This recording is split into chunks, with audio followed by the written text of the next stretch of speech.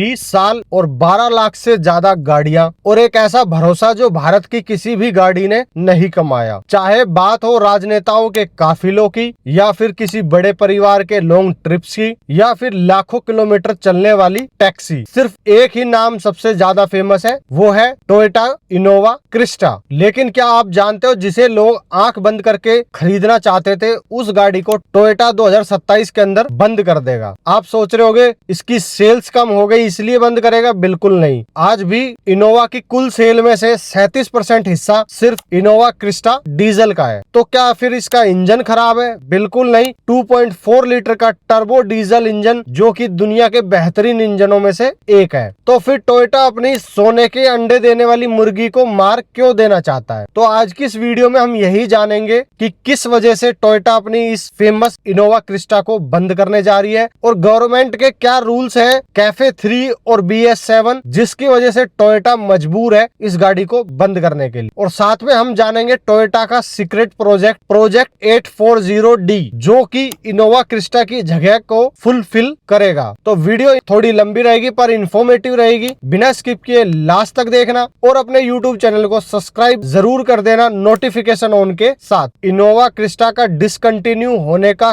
कारण समझने से पहले हम ये जानते हैं ये गाड़ी इतनी फेमस क्यों है। तो इसका राज दो हिस्सों में छिपा है, एक तो इसका प्लेटफॉर्म और दूसरा इसका इंजन। क्रिस्टा IMV प्लेटफॉर्म पर बनी है जो कि एक लेडर ऑन फ्रेम चेसिस है। ये वही चेसिस है जो टोयोटा अपनी फॉर्च्यूनर और हाइलैक्स में यूज करती है। जब इस गाड़ी के अंदर आप 5 से 7 लोग बैठाकर और अच्छा खासा सामान रखकर इंडिया की सड़कों पे निकलते हो, तब जो गड्ढे आते हैं सड़कों पर, उन गड्ढों को ये लेडर ऑन फ्रेम चेसिस आराम से पी जाता है। इसका जो रियल व्हील ड्राइव है वो खड़ी चढ़ाई पे भी आपको अच्छा खासा पुश देता है जो कि आजकल की फ्रंट व्हील ड्राइव भी नहीं दे पाती। और इसका दिल 2.5 लीटर का 2GD FTV डीजल इंजन आपको अच्छी खासी पावर और भारी भरकम टॉर्क निकाल के देता है। लेकिन इसकी असली खूबी है thermo swing wall insulation technology. इसका जो पिस्टन होता है उसके ऊपर एक खास एल्युमिनियम की कोटिंग होती है जो इसे 44% थर्मल एफिशिएंसी देती है जो कि किसी भी डीजल इंजन के अंदर दुनिया में सबसे ज्यादा है। इसी वजह से ये गाड़ी लाखों किलोमीटर चलने के बाद भी मैकेनिकली बिल्कुल नई रहती है। लेकिन दोस्तों भारी भरकम लोहा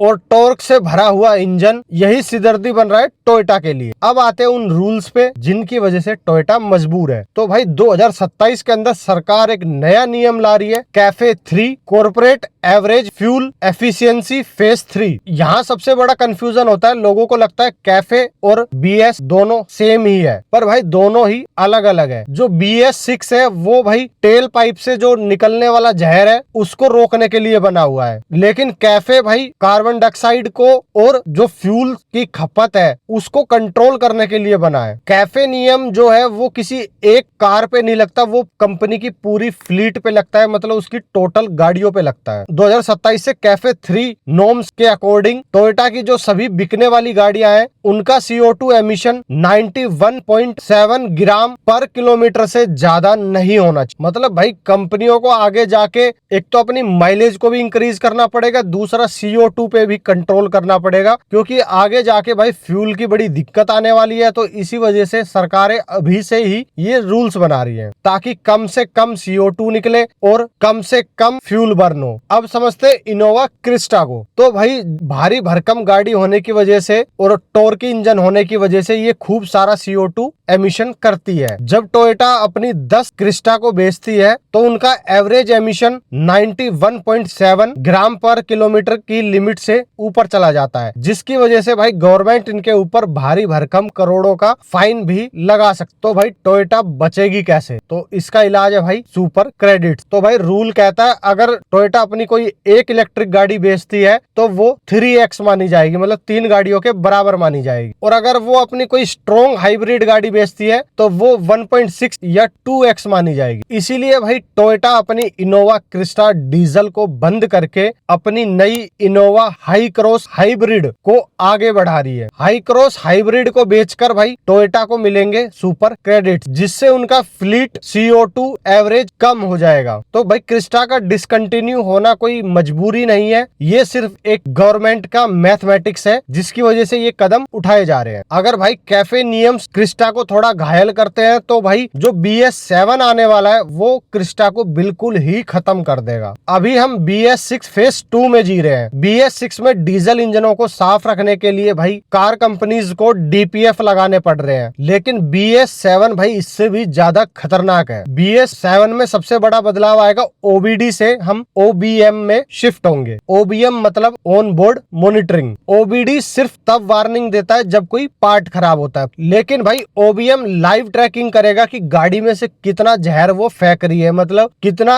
अमोनिया निकल रहा है, कितने पार्टिकल्स निकल रहे हैं, सब कुछ लाइव ट्रैक करेगा वो। जब गाड़ी में ज्यादा AdBlue यूरिया डाला जाता है तो भाई कई बार वो AdBlue यूरिया ज्यादा अमोनिया गैस निकालना स्टार्ट कर देता है, उसी को ही बंद करने के लिए भाई BS7 लाया जाएगा। इसलिए टोयोटा को भाई महंगे heated catalytic converter, advance metallic substrate और नए सेंसर्स लगाने पड़ेंगे। इन सब चीजों के साथ इंजन को अपडेट के लिए भाई कॉस्ट इतनी ज्यादा बढ़ जाएगी कि वो एक आम आदमी की रीत से थोड़ी महंगी हो जाएगी, गाड़ी थोड़ी ज्यादा कॉस्टली हो जाएगी, ना ही टैक्सी ड्राइवरों की रेंज में आएगी ना ही आम आदमी की रेंज में आएगी। इसलिए भाई टोयोटा इस 2.4 लीटर डीजल इंजन को इनोवा क्रिस्टा से हटा रही है, पर ये इंजन आपको हाइलैक्स या फॉर्च्यूनर में देखने को मिल सकता है, क्योंकि वहां पे लोग भाई पैसा देने के लिए तैयार है, प्रीमियम देने के लिए तैयार है, तो वहां पे शायद आपको ये देखने को मिल जाएगा अपडेट्स के साथ। तो भाई 2027 के बाद क्या होगा? जो लोग टैक्सी वाले भाई है वो इनोवा क्रिस्टा खरीदते हैं, वो लोग कहाँ जाएंगे? क्या इनोवा हाई क्रॉस खरीदेंगे? हाई क्रॉस एक monocoque front wheel drive car है। ये हाइब्रिड इंजन के साथ आती है जो कि 20-22 की माइलेज निकाल देती है, लेकिन ये क्रिस्टा की तरह भाई रफ टफ नहीं है। यहाँ टोयोटा एक मास्टर स्ट्रोक खेल रही है।